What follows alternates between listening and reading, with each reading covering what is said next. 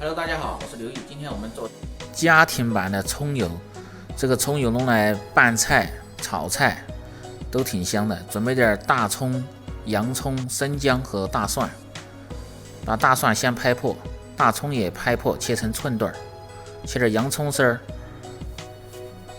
姜片，生姜的话洗干净的切成片就可以。不用去削皮，因为带着皮的话，这个姜味更浓一点。主要是把它拍一下，这样的话更出味。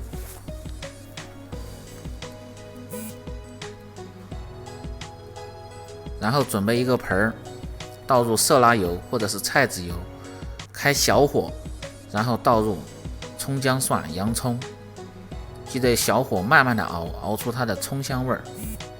熬的时候可以用勺子轻轻的推动一下，让这个葱、姜、蒜和洋葱在油里边充分的释放它的香味儿，炸至微黄即可捞出，然后开火，把这个油再烧一下子，因为它油里边还有少许的水分，把它烧干，稍微烧一下子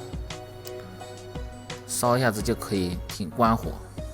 这个用来拌面呐，或者是炒菜呀、凉菜呀，都特别的香，非常适合家庭来做。